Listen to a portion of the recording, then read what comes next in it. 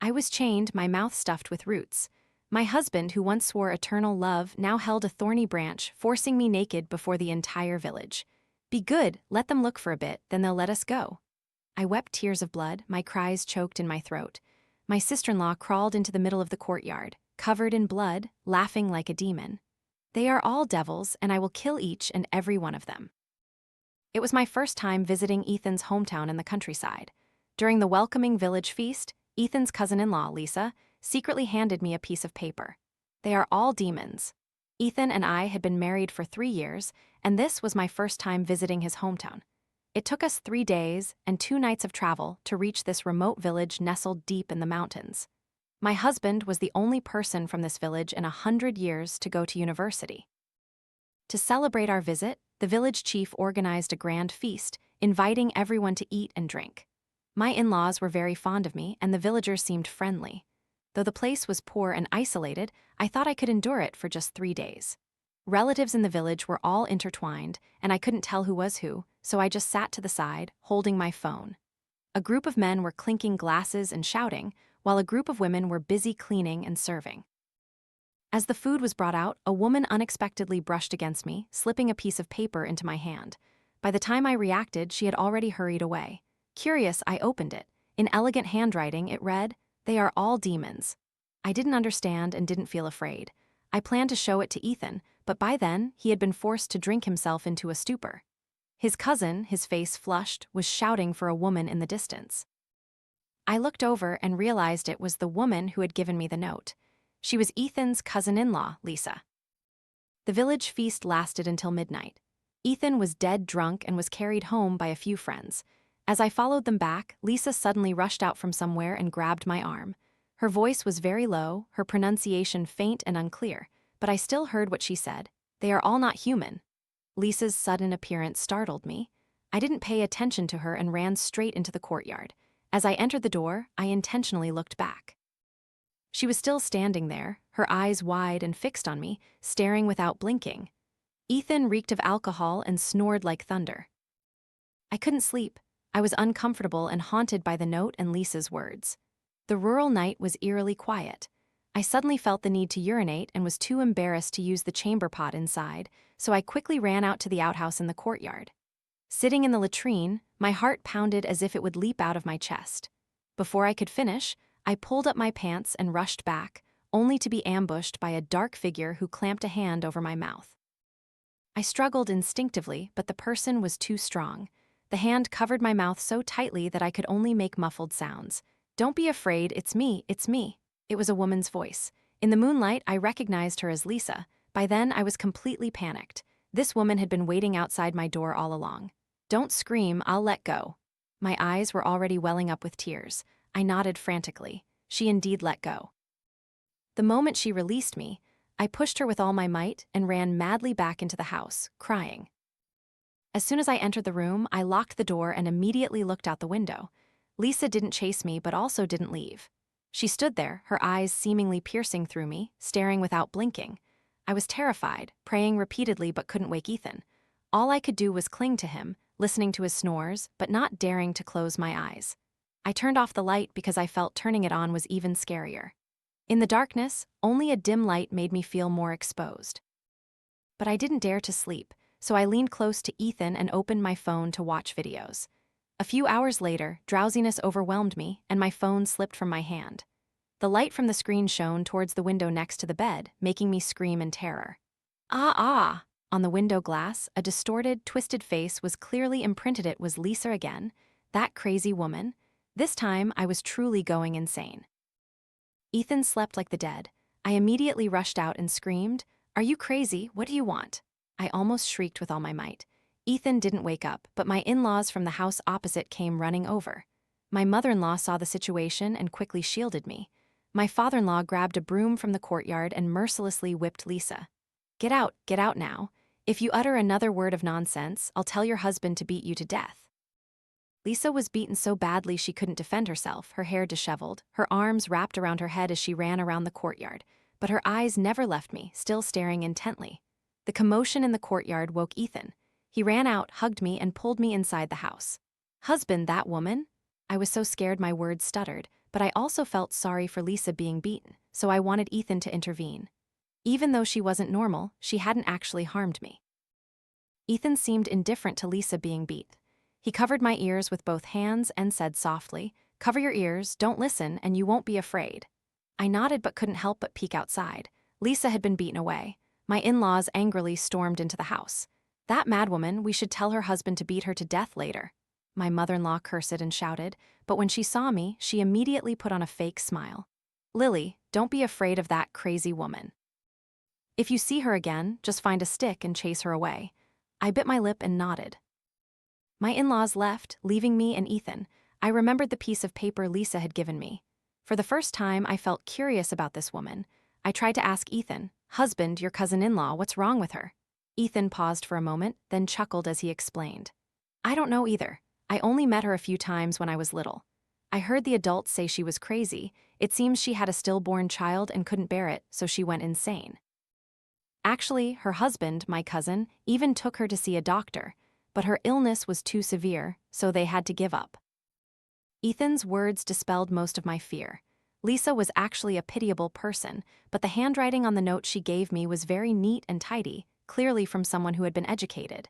I couldn't help but ask further, "She must have been a very kind person when she was normal, right?" Ethan shook his head. "I don't know, don't worry, she won't come back." Seeing Ethan's reaction, I didn't ask any more questions. What a madwoman said, I had no desire to pursue. My in-laws weren't home. Ethan said he wanted to take me to the river to catch fish, and I happily agreed. At the riverside, many naked children were playing in the water. Their chirping laughter made me forget all the unease of yesterday. Ethan also jumped into the water to play with the children, while I sat on the bank, smiling at him. The scene before me was very harmonious, but I kept feeling that something was wrong.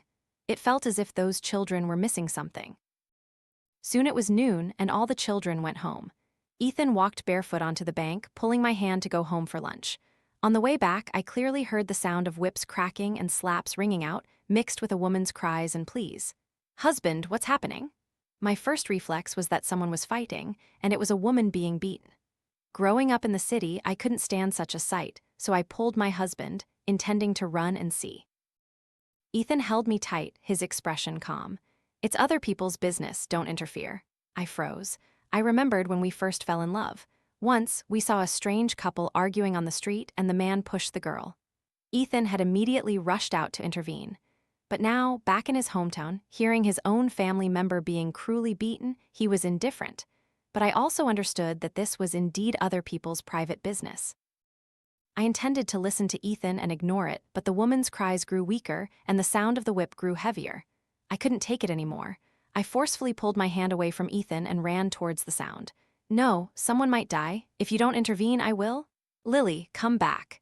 Ethan quickly chased after me, but he was a step too late. I had already run to the courtyard gate where the sounds came from. Suddenly, the pungent smell of blood and a foul stench assaulted my face.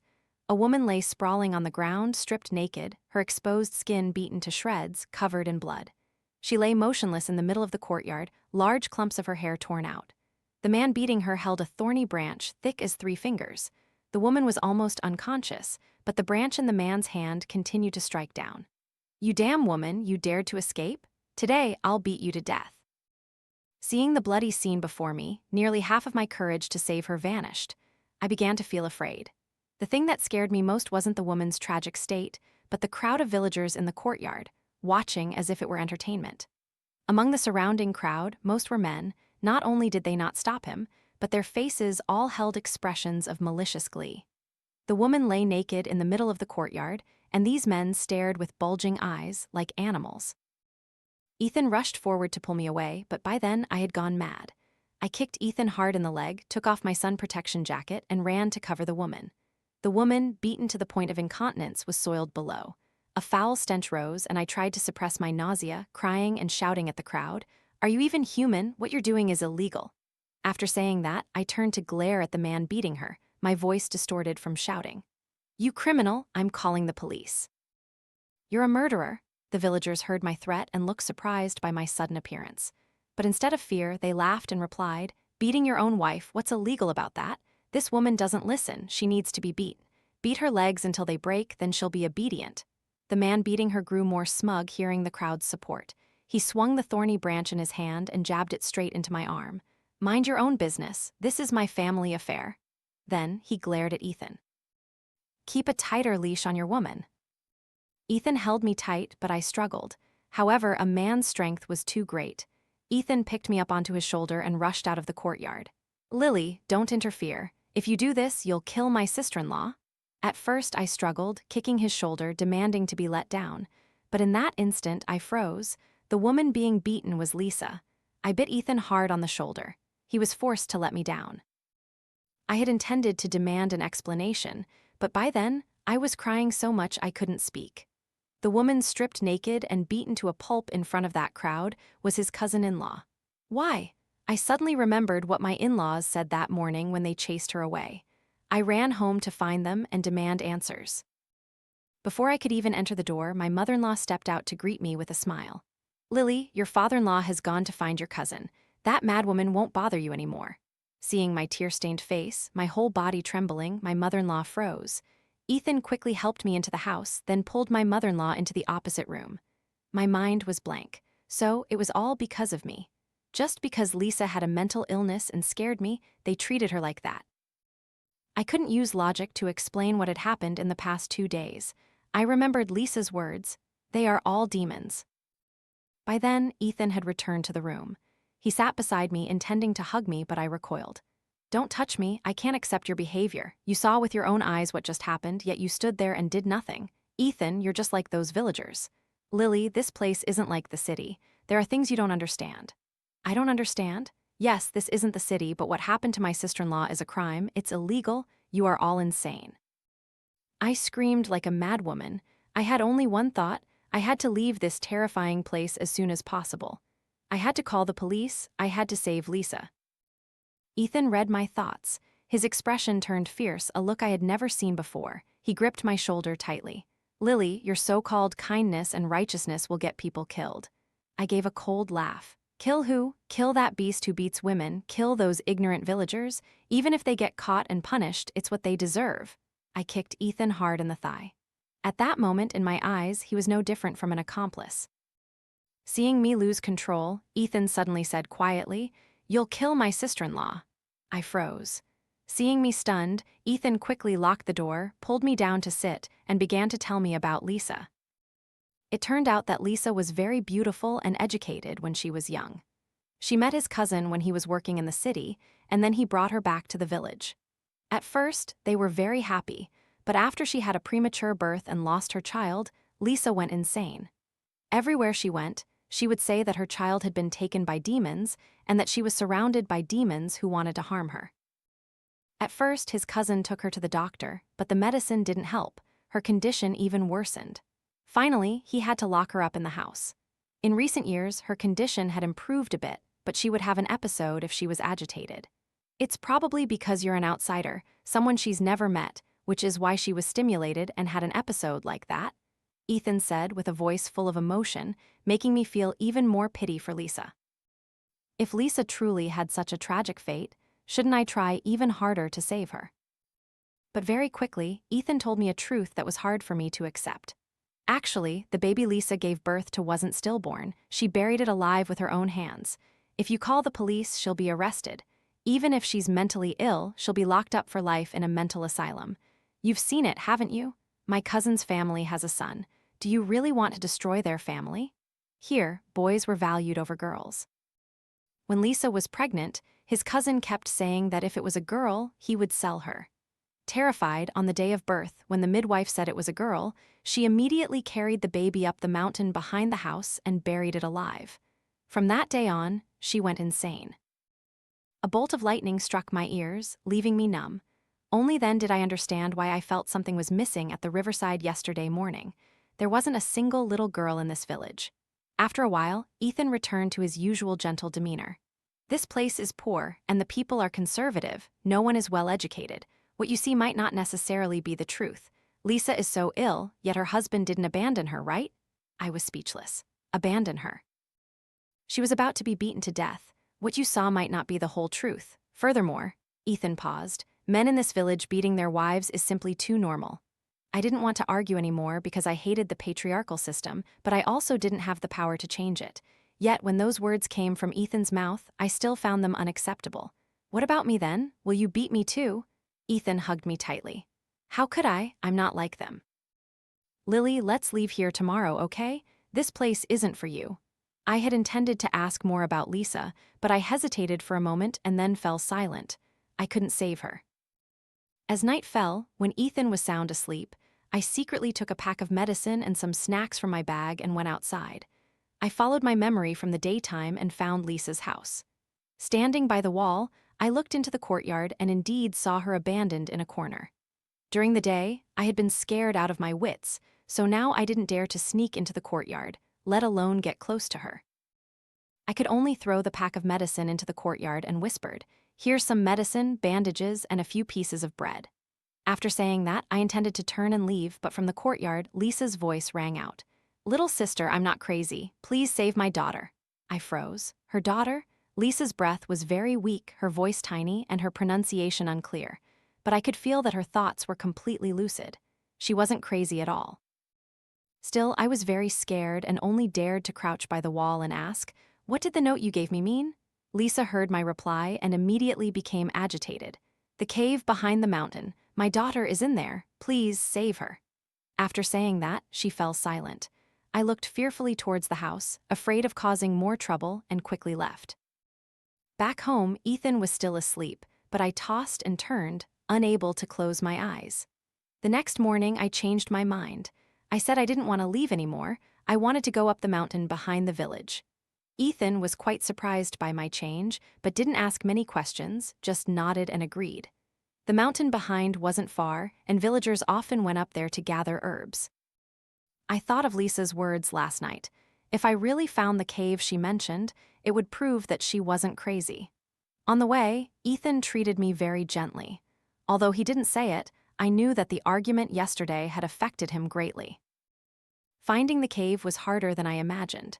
I climbed the mountain until noon, but I hadn't found anything. By midday, the sun was so hot I was almost dizzy. Ethan told me to rest for a bit. He said he would go look for wild fruit he used to eat as a child. I waited for a long time but didn't see him return, so I decided to go look for him. But after 2 steps, I suddenly heard the clanking of iron chains in the forest, accompanied by a sound like a wolf's howl. I was so scared I didn't dare to move, but very quickly I realized how could there be wolves here? The sound of the chains grew clearer. I followed the sound and suddenly discovered that it came from a pile of rotten branches. Beneath the pile of rotten wood was a small cave, just big enough for one person to crawl through. The cave was pitch dark and filled with a pungent, unpleasant stench. I couldn't help but want to vomit. I was about to turn and leave when I suddenly remembered Lisa's words. I took out my phone to illuminate the way, slowly stepping down. Afraid that some animal might suddenly jump out, I set my phone's brightness to the lowest level. I couldn't have imagined that what I was about to see would be a disgusting scene that would overturn my entire worldview. In the mountain cave, a man stripped from the waist down was frantically trampling a little girl. The girl was bone-thin, her hands and feet tightly bound by iron chains. The man, like an animal, pressed down on the girl beneath him, his body shaking, causing the chains to clank loudly. The girl lay motionless like a corpse, her eyes wide and lifeless, showing no resistance or expression. I covered my mouth tightly, afraid I would scream. I had intended to turn and run immediately, but I still trembled as I pulled out my phone and secretly took a picture. Hearing footsteps, I immediately turned and ran back. I met Ethan coming from the opposite direction. I said nothing about what I had just seen, I just pulled him down the mountain. Ethan looked suspicious but didn't ask anything. He walked me home. He suggested we leave the village that very afternoon, but I refused. I pulled him into the room, locked the door, and told him everything I had just seen on the mountain. Ethan seemed incredibly astonished and even tried to drag me back to the scene, but his overly eager attitude made me begin to suspect him. "Ethan, tell me the truth, what's really going on with Lisa?" Ethan frowned. "I didn't lie to you, I told you everything yesterday. Did her daughter really die? I was young back then, I only heard what my mother and some villagers said. I don't know the specifics of what happened. Lily, let's go, don't ever come back here with me again." Ethan pulled my hand. I intended to pull away but forced myself to endure it. I really had to leave this place, but I also had to come back. Whatever secret Lisa and this village were hiding, I had to get out and find help. Ethan and I packed our bags, said goodbye to my in-laws, and hurried out of the village. My mother-in-law sniffled and cried, gripping my hand tightly and stuffing 1,000 yuan into my hand as we parted. I hesitated, then took it. Although the villagers were terrifying, at least my in-laws were good people. We took a tricycle to the county bus station, and by then it was already dark. We missed the last long-distance bus, so we had to stay overnight in the county. Along the way, I secretly memorized the location of the police station. Ethan rented a room in a small guest house. I said I was tired and didn't want to go out, telling him to buy food. I intentionally chose a convenience store quite far from the guest house, saying it was cleaner there. As soon as Ethan left, I immediately ran to the police station. I want to report a crime. In Tunjia town, a woman has been abused for many years, and her daughter is missing, and in the mountain behind there's a cave, and inside a little girl is chained up. I spoke incoherently.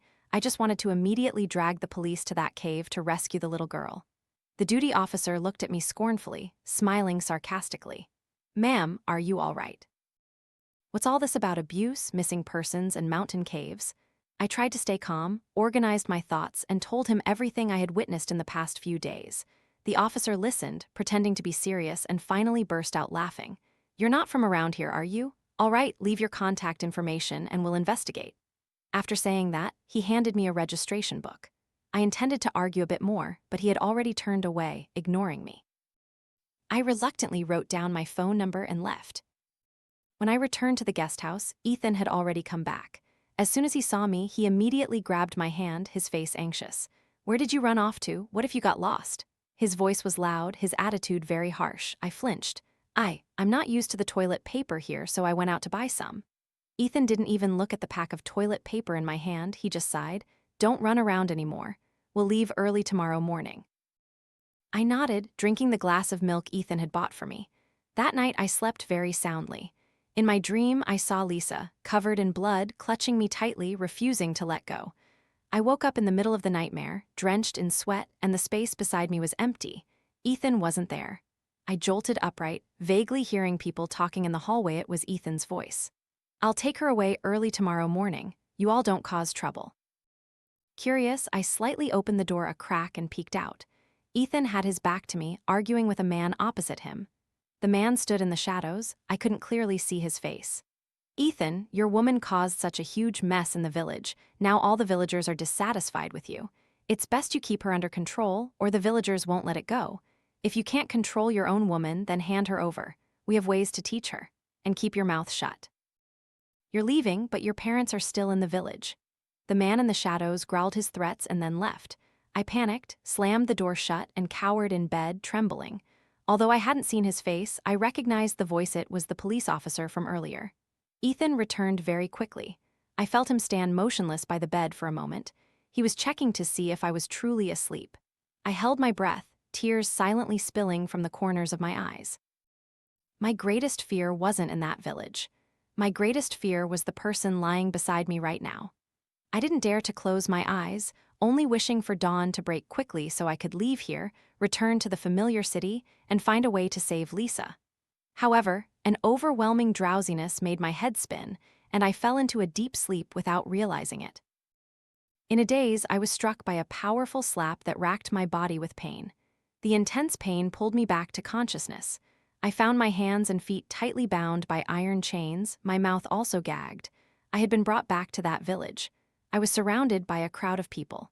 Looking at those familiar faces, the only thing I could do was struggle endlessly. It was they who had been present at the village feast, where I was once a welcomed guest. It was they who had watched when Lisa was beaten, and I was merely a bystander. And now, I was the one they surrounded, watching as if I were entertainment. I desperately searched for Ethan's eyes in the crowd, but he wasn't there. "Don't bother looking, that brat Ethan is locked up by me." My scalp stung. Someone had grabbed my hair tightly and pulled my head back. I was forced to face the man who had just spoken, Ethan's cousin. In his hand was still the thorny branch that had beaten Lisa. I struggled violently, wanting to say something, but he lashed me straight across the body with the whip. Damn it, women need to be taught a lesson. The sharp pain pierced my flesh, making tears stream down my face uncontrollably. The cousin pulled out a chair, crossed his legs, and sat in front of me. the foul smell of his feet wafted strongly. At first, if you and Ethan had just behaved and gone back to live in the city, we wouldn't have done anything. But you insisted on not letting go, so we had no choice but to use our own methods to punish you. After saying that, he shouted loudly towards the door, "Bring him in." Midst the shouting, Ethan was roughly dragged into the house. The ones holding Ethan tightly were my in-laws. The cousin stepped forward and repeatedly slapped Ethan's face. "You brat, I warned you that day to keep your woman under control. Now that things have been exposed, don't blame me." Ethan hung his head like a wilted eggplant, offering no resistance. My chained hands and feet rubbed against the metal, tearing my skin, and I trembled with pain. I looked at Ethan with pleading eyes. He was my last hope. Ethan heard his cousin's words and silently nodded. He slowly walked over to me, sat down, and tried to embrace me. I instinctively recoiled a bit but was held tightly by Ethan. He leaned close to my ear and whispered, "Later, you must obey. As long as you're good, I'll take you away from here." I looked at him in alarm. "Obey? What do I have to do?" Without waiting for my reaction, Ethan suddenly closed his eyes and, right in front of everyone, forcefully pulled down my pants. I had completely lost it. The men surrounding us, their eyes bloodshot, stared intently at my exposed thighs. My vision was blurred by tears, but besides crying, I couldn't do anything else. Even Ethan cried, his whole body trembling. When he had pulled my pants down halfway, Ethan suddenly turned, and with a thud, he knelt before everyone. "I beg you all, I guarantee Lily won't tell anyone. I swear, please spare us." Ethan continuously kowtowed to the ground, each thump, thump, echoing heavily, but the frenzied cousin kicked Ethan hard in the shoulder, sending him tumbling to the floor. "You spineless Ethan, today either you do it in front of everyone to make her pregnant with your child, or I'll do it for you. She knows the village's secret. She cannot leave here alive. You choose." I felt as if my scalp would explode. These beasts wanted Ethan to rape me in front of everyone. Ethan crawled to his parents' feet, crying and pleading, "Mom, Dad, I beg you too. Lily is my wife, she's your daughter-in-law. Are you really going to stand by and watch your son be humiliated?" My mother-in-law's eyes were swollen from crying. She wiped her tears and stroked Ethan's head but said nothing. My father-in-law sighed, pushed my mother-in-law aside, and grabbed Ethan's collar. "Go, who told your wife to meddle in this? Go deal with her. As long as you follow the village tradition, everyone will let you go." He pushed Ethan hard. "Stop dilly-dallying, hurry up. The cave behind the mountain is already dug, you figure it out yourself." Ethan was kicked by his cousin and fell in front of me, his chin hitting the ground hard, his front teeth shattered, his mouth full of blood. His face immediately changed, his eyes showing a cold hint of murderous intent. "All right, I'll do it, but not today. Today Lily is on her period, what is it?" the cousin impatiently shouted. "It's the day a girl is unclean." Hearing this, the surrounding men cursed under their breath and left the room. The cousin also froze for a second. "Damn it, why didn't you say so earlier? You made me unlucky, I'm telling you, don't try to fool me." After saying that, he pushed my mother-in-law. "Go check." My mother-in-law trembled as she walked over to me, violently pulled down my underwear, then quickly turned and nodded frantically to the cousin. Yes, she's unclean." The cousin believed her, assuming that as a villager, she wouldn't dare to lie to him. The room immediately fell silent. My father-in-law cursed and pulled my mother-in-law out of the room. Only Ethan and I remained. The atmosphere was tense for a few minutes. Ethan suddenly bent down, picked up a brick from the ground, and stood with his back to me. "Lily, wait for me to come back."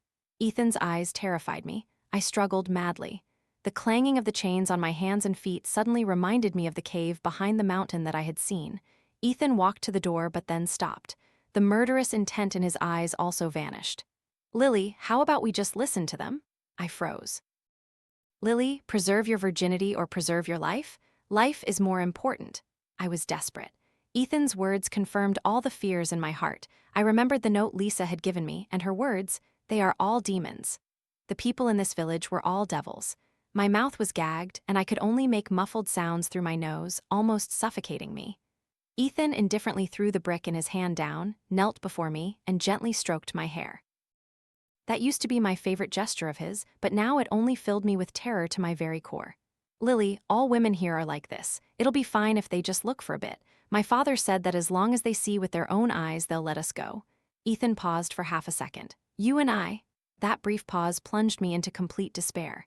He removed the cloth gagging my mouth, his eyes empty as he looked at me. "You beast! I would rather die than give in." I screamed, spitting directly into Ethan's face. In town, I already called my parents. They'll report this to the police. Don't even dream of succeeding. I lied. Ha ha ha ha. Ethan burst into laughter, from cold laughter to a crazed frenzy. Lily, stop pretending. Everything turned out this way because of you. If you hadn't been so nosy and interfered in my sister-in-law's business, we would be happily back in the city right now. I warned you already you would get my sister-in-law killed. Now you want to get me killed too. Ethan's eyes bulged, saliva splattering onto my face. Lily, you wore that revealing beach outfit so openly, you weren't shy about people looking then. Now, what's the big deal if the villagers look for a bit? It's you look down on us country folk. My cousin was right. Girls from the city like you are truly cheap, wrapping a few strings around your butt. Why weren't you afraid of being seen then? Going to the gym in tight pants, flaunting your whole backside. Why weren't you afraid of being seen? Lily, you're depraved. Ethan had completely lost his mind, his eyes bloodshot as he grabbed my hair, looking no different from how his cousin had grabbed my sister-in-law's. I cried out in terror, but no sound escaped, my entire body trembling. I feared he would choke me to death. A few minutes later, Ethan seemed to calm down. He swallowed repeatedly, his hand caressing all over my body in a crazed manner. Lily, my darling, I didn't mean to. It's just because I love you too much. Listen to me, as long as you agree to let them look for a bit, just a little bit, then they'll let us go. Didn't you once say you loved me? You like being with me, you once said you felt. Before he could finish the word, comfortable, I began to nod frantically. I agree, don't say any more. I agree, don't kill me. Please, can you take off these chains? I'm in so much pain. I cried and trembled. Ethan unexpectedly lifted my face happily and kissed me repeatedly. I knew it. I knew you loved me. I knew it. After saying that, he ran out like a madman. Before stepping out the door, he even glanced back at the chains on my body. He had no intention of removing my chains. The sound of the lock clicking echoed from outside the door. Ethan had never intended to help me escape. I was left alone in the room. From extreme fear, I gradually calmed down, then from calmness, I slowly slipped into despair. I knew clearly that I couldn't escape on my own. Until midnight, no one entered the room. I suddenly remembered the excuse Ethan had given during the day. He had said, "She's unclean these past few days," meaning I was on my period. The villagers, though fierce, were incredibly superstitious. In the darkness, exhaustion washed over me and I couldn't hold on anymore. My eyelids began to droop. In a hazy dream, I heard the door being pushed open. I opened my eyes in terror. Before I could make a sound, a dry, bony hand clamped tightly over my mouth. "Don't be afraid, it's me." A woman's lisping voice echoed in the darkness. By the faint moonlight, I clearly saw her face. It was Lisa. Lisa, I immediately felt like I had found a savior, though I didn't know how someone who was still so helpless could help me. "My name is Lynn. They tricked me into coming here. Hurry, let me help you unlock these." Lynn spoke, pulling out a key to unlock my chains. "What are you doing?" Just as hope flickered, despair immediately rushed in. Ethan appeared at the door. Lynn suddenly shielded me, completely devoid of her previous madness or weakness. "Ethan, help us escape. You still have a chance to atone for your sins. You witnessed with your own eyes what they did. Do you really want to be an accomplice?" Ethan slowly walked over. He pushed Lynn aside, bent down, and picked me up. "Lily, come with me. Don't mind this crazy woman." "I'm not crazy." They locked me up. They locked up my daughter. The girl is only 18. Lynn cried out madly, but her voice was hoarse and weak. Though on the verge of collapsing, she still retained a shred of sanity. She didn't want to alarm others. "I know this place better than you two. Let me lead the escape. You two alone won't make it out." I leaned against Ethan's chest. Although I detested him, I was too much in pain to struggle. "Ethan, she's right. I know you're not like them. Listen to Lynn, escape first, then find a way to report to the police." Then I lightly kissed Ethan's cheek. Ethan softened. Lynn led the way, and Ethan carried me, running straight up the mountain behind. But when I saw our hiding place, I involuntarily trembled all over. It was the cave where I had seen the cousin torturing the girl. "Go in. This place is temporarily safe." Lynn pulled away the branches and leaves covering the cave mouth and told Ethan to place me inside. I tried to endure the pain, instinctively pushing Ethan away. "This woman wants to harm me, you devil. I must have been blind to think of saving you." In the pitch-dark mountain, I finally screamed. Lynn seemed to guess what I was thinking but offered no explanation. In the silence, a tiny, faint sound echoed from deep within the cave. "Mommy." I froze. "My daughter is locked in here. She's unclean these days, so that beast won't come and the villagers won't venture up the mountain." This place is temporarily safe. I understood Lynn's words, but my guard still hadn't lowered. Come in, I'll tell you everything clearly. I nodded, intending to step forward, but then I saw Ethan had quickly crawled into the cave first. In that instant, my chest churned with nausea. The pungent smell of urine, feces, and a foul stench surged, filling the entire cave. I finally clearly saw the girl's form, emaciated like a dried corpse, completely naked, her lower body covered in filth. "Mommy," the little girl called again. Lynn gave a gentle smile, sat down, and softly hugged her daughter. It was the warmest smile I had ever seen. I studied nursing and worked in a clinic. I met that man. He said he would marry me and give me a good life. I believed him, got pregnant, and followed him back to the village. Lynn slowly recounted her story while comforting her daughter. She was 3 months pregnant when she returned to the village with the cousin. No marriage registration, no wedding.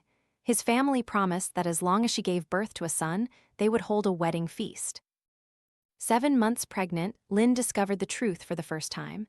I saw a woman locked in the cellar of our house. She was naked, reeking of filth, and my father-in-law was on top of her. He was groaning.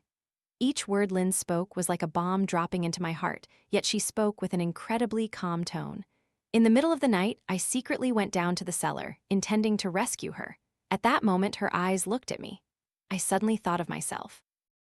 I too had wanted to save Lynn, but not only did I fail to save her, I also pushed myself into hell. That night, Lynn was discovered by her father-in-law. She finally understood that in this village, giving birth to a daughter was a crime. All baby girls born here would be locked up, becoming slaves and tools for their lust. These devils wouldn't even spare their own daughters. Girls here live a life worse than death. They were afraid I would speak out, so they cut off half my tongue. After that, I gave birth to a son, and life got a little better. Lynn's brief words pieced together a terrifying truth. In this poor, remote village, men couldn't find wives. At first, they bought them. Later, when they couldn't afford to buy them, they kidnapped them. If they couldn't kidnap them, they stole them. If they couldn't steal them, they bred their own. As long as a baby girl was born in the village, she was immediately locked up. When they grew up, they would be exchanged for wives for others. One generation after another, thus the cycle continued. The women who were exchanged might escape, so they had to be locked up. I listened in horrified silence to the story that seemed straight out of hell. I looked at Ethan. "You knew all of this?" Ethan nodded. "My mother, my grandmother, my great-grandmother, they were all like this. As long as you give birth to a son, you can come out, live a decent life, and won't be locked up anymore." I bit my lip until it bled. "Ethan, this is a crime worse than beasts. Aren't you afraid of killing people?" Ethan nodded again. "If they die, they're buried and no one ever knows." I trembled. In that moment, I was so desperate I just wanted to die. In just a few minutes, I knew the whole truth.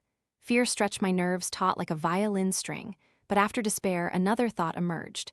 I wanted to survive and get out. Not just survive, but expose all the horrific things in this village. I wanted those beasts to pay blood for blood. I didn't know if I should trust Ethan, but I had no other choice now. "Lynn, what day is the baby on now?" "The first day." "We still have 4 days." Lynn's eyes were incredibly resolute. I turned to look at Ethan without saying anything. "I'll help you." Ethan didn't dare to look me in the eyes. I held out my hand. "Where's my phone?" The cousin took it. My phone was confiscated too. Without a phone, I couldn't contact the outside world. At this moment, the little girl in Lynn's arms suddenly reached out and lightly touched me. "Mommy," Lynn smiled and explained. "The little one only knows how to call mommy. She doesn't know anything else. She thinks you're pretty, so she likes you." I looked at the little girl before me, half human, half ghost. My eyes lit up. "Ethan, take me back." Lynn froze, quickly pulling my hand back. "What are you going to do?" I smiled, leaned close to her ear, and whispered a few words. That night, I returned to the room where I had been held captive. Ethan chained me up as before. For 3 consecutive days, only Ethan came in to bring me food and water. During those 3 days, he unchained me so I could move around and conserve my strength. On the 4th day, my period ended. The devils had arrived. It wasn't even fully light yet when the cousin arrived with a crowd of villagers. "Ethan, today you too must give us a clear explanation." The cousin's opening words were a final warning. Ethan nodded, then turned to look at me. He didn't say a word, reaching out to pull down my pants. I instinctively flinched, my eyes fixed on Ethan. If he betrayed me, I had only one path, death. When they saw my thighs, the villagers' eyes, like hungry wolves, glowed red again. Ethan removed the cloth stuffed in my mouth. "What are you doing?" the cousin yelled, his voice fierce. Ethan's voice was tiny, like a mosquito's. Her moans are very beautiful. Oh, really? The cousin and the villagers burst into laughter. Ethan's eyes were fixed between my legs, then he suddenly lunged forward like a hungry wolf. In that instant, I turned my face away and gritted my teeth, biting hard into Ethan's cheek. Ah! Ethan's scream echoed through the entire house. I still bit down hard, refusing to let go, hating that I couldn't tear off a chunk of his flesh. The cousin rushed over, pulled Ethan up, cursed at him, and conveniently shoved the thorny branch into Ethan's hand. Beat this woman to death for me. Ethan took it without a word and lashed the whip straight down onto my body. Pain, intense pain, made my whole body tremble violently. I didn't know how many times he had struck. The smell of blood surged, and my consciousness slowly faded until I passed out. In a daze, I felt Ethan kneel down, his hand checking my nose, then he slumped to the ground. Dead, she's dead. The house immediately descended into chaos. Someone's dead, a murder has happened, a city girl is dead, we're finished. In the midst of the chaos, the cousin ran out, shouting, "Calm down, all of you, what if one person dies? Just drag her up the mountain and bury her, and it's over. Ethan, you're awesome. I'll find you an even better girl later." After saying that, he grabbed Ethan's collar, dragging him like a dead dog in front of me. Go bury her? So I was shoved into a sack by Ethan. Under the supervision of the villagers, they dragged me up the mountain behind. Inside the sack, I heard the sound of shovels digging. Not long after, I was lifted up and thrown forcefully into a deep pit. Soil, rocks, and pebbles fell onto me, layer after layer. I gritted my teeth, enduring, not daring to move even a little. If I were discovered, I would surely die. I fell unconscious again. When I woke up, I found myself being dug out of the ground by Lynn and Ethan. I looked at the wounds from being beaten with the thorny branch, and tears welled up uncontrollably. I glanced at Ethan, then turned to Lynn. Begin. Lynn's eyes were firm. She nodded and left. Ethan hesitated for a moment, then handed me his phone. Our house is the only one in the entire village with a signal. My house? I replied coldly. After Ethan left, I went down the mountain alone, using the cover of night to sneak close to my in-laws' house. Very soon after, the village began to descend into chaos. Ghosts, female ghost, female demon, Lynn screamed hoarsely, running wildly through the village, continuously shouting that she saw ghosts. Many villagers were woken up, standing at their doorways, cursing loudly.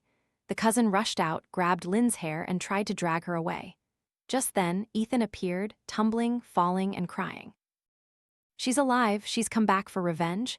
The villagers immediately began to whisper. A city ghost? How terrifying. She's dead, will she come back for us? Fear also appeared on the cousin's face. What are you shouting about? In this village, whether human or ghost, no one can escape. Besides, her husband killed her. After saying that, he shouted for everyone to go to Ethan's house to see. But at this moment, the other villagers faltered. They didn't dare to go, afraid of ghosts, afraid of death. The cousin snorted, grabbed Lynn's hair, and dragged her away like a dead dog. At the same time, I had climbed onto the roof of the wall. Under the moonlight, a sinister, terrifying smile spread across my pale face. Ghosts, Lily, Mommy is sorry for you. Rest assured and be reborn, Mommy will burn paper money for you. My ghost mother-in-law was on her knees in the courtyard, continuously kowtowing. My ghost father-in-law stood beside her, his head bowed, not daring to look at me. I said nothing. My mother-in-law wasn't evil. Although she was an accomplice, she was forced. My target was the cousin, female demon. Lynn's piercing scream reminded me that the cousin had arrived. I secretly pressed the record button on my phone. Damn it, female demon, one piss from me is enough to kill you. After saying that, he seemed to suddenly remember something. Run. A moment later, he returned, carrying a baby boy in his arms. Go pee on him for Dad. With that, he threw the boy to the ground and kicked his bottom. Dad, I'm scared. You coward, hurry up. I sneered. Someone so cruel to women, like a demon, yet in danger, he uses a small child as a shield. The boy hesitated, slowly walking towards me. At this moment, I was standing on top of the wall. The boy stood right at the foot of the wall, his eyes bright. Sister, I'm scared. A flicker of guilt passed through me. I jumped down, hugging the boy tightly. My hand, I placed it on his neck. Wah, Mommy, save me, Mommy, the boy cried out, looking towards Lynn. Lynn also looked at him. She wanted to rush over but held herself back. A life for a life, you killed me so you must pay the price. I will kill your child. Come with me to the Yellow Springs. In the distance, the sound of iron chains clanging echoed. It was the recording I had prepared beforehand. Did you hear that? King Yama sent imps to catch people. Little one, come with me to hell, okay? I pretended to tighten my grip on the boy's neck, throwing my head back in a crazed laugh. I beg you, spare my child. He's my flesh and blood. I'll burn paper money for you. I'll even burn a mansion for you. Perhaps feeling that his son's life was truly threatened, the cousin froze. He knelt down, kowtowing repeatedly. Spare your son? Then what about the baby girls you all harmed and imprisoned? I cried out, my throat raw. Girls are worthless anyway. Thud, the cousin slapped himself across the face. I'll release them tomorrow. I'll release all of them. Please spare my son. He's my flesh and blood. Slap. I'm not human. Slap. I deserve to die. The cousin screamed and continuously slapped himself. I slightly loosened my hand on the boy's neck, hugged him tightly, and fell backward. Without a sound, I landed exactly on the cushion Ethan had prepared beforehand. Victor, don't be afraid, I whispered the boy's name. Lynn had said, she named him that herself. The boy's eyes lit up when he heard it, and he obediently nodded. The sound of the cousin slapping himself still echoed. I didn't dare to delay, leaned close to Victor's ear, whispered a few words, then let go. Wah, Mommy, the female ghost disappeared. She just poof and she was gone. Wah, Victor cried as he ran out, continuously repeating the phrases I had taught him. I took the opportunity to press the send button, sending the recorded audio along with a pre-written message to 911. I had done everything I could, the rest was just waiting. The message quickly received a reply. Do not speak. Wait for us to rescue you. The police's reply was like a tranquilizer, calming me down. Ethan immediately took me back to hide in the mountain cave. Just as he left, he looked at me. Lily, will you forgive me? I bowed my head, gently hugging the little girl, and did not answer. Mommy, the little girl called softly. I imitated Lynn's manner, gently comforting her. The mountain cave was pitch dark. I don't know how long I waited, but finally I heard footsteps. Branches were pushed aside, and a female police officer rushed in, immediately helping me out. Very soon after, a male officer entered, unlocked the chains, covered the little girl's eyes, and carried her out. I felt like I had come back from the dead, looking around dazedly. Ethan wasn't here, nor was Lynn. The mountain was full of police officers, and in their arms were blindfolded little girls. All the little girls and I were taken to the county hospital. After a checkup confirmed no problems, I underwent police questioning. I recounted everything I had seen and heard, and handed over all the audio recordings on my phone. After giving my statement, I asked the officer, "What about Lynn? Were you able to save her?" The officer froze for a moment, then didn't answer but turned and left. Very soon after, a female officer entered. Behind her was Victor. "Sister." Victor ran and hugged me tightly, showing no unfamiliarity, as if I were his relative. I smiled and stroked his head. "I want to ask you, why did you listen to me so well that day?" Victor tilted his head, his face innocent. "Except for Mommy, no one calls me Victor. Mommy said, the person who calls you by this name is a good person. Mommy said a good person will save Mommy, save Big Sister, and save many more people." My eyes welled up, tears silently flowing down. "Mommy said, the person who calls you by this name will definitely be someone you don't know. Don't be afraid, you must help that person." I finally understood why, that day, the words I whispered in Victor's ear were remembered so clearly by him. Because Lynn had always been looking for an opportunity to escape, she had always secretly taught her child. Perhaps she had met other outsiders who came to this village, just like me, but no one ever helped her. "Where's my mommy?" Victor pouted, lowering his head. "Mommy died. That night, after we went home, Daddy locked Mommy up and beat her to death." Drip. A tear from Victor fell onto the back of my hand, cold yet searing. 1 week later, I recovered and was discharged from the hospital. From beginning to end, Ethan never appeared. During that time, my parents rushed to the county and took me home. Having experienced life and death, I could never escape the nightmare. I searched for Ethan extensively but found no news. A few days later, the police found me. "Ms. Lily, most of the villagers in Tungia town are suspected of human trafficking, unlawful detention, abuse of women and children, and murder. All suspects have been arrested. A total of 12 women and children who were held captive have been rescued." I listened to the police unconsciously nodding. Just those few simple words summarized the entire brutal truth that countless generations of that village had created and endured. Perhaps that horror would forever be buried in this lifetime. As the police left, I couldn't help but ask the officer, "Do you have any news of Ethan?" The police shook their heads. According to our investigation, Ethan did not participate in the criminal activities in Tungia town, so we will not pursue him legally. I nodded. "Thank you." For a long time after, Ethan seemed to have vanished from the face of the earth. I was forever trapped in the nightmare. A year later, at a welfare institution, Lynn's eldest daughter passed away due to severe illness. Victor was adopted by a family. I found every way to discover Lynn's resting place and brought a flower to visit her. Lynn, the devils are gone. Rest in peace.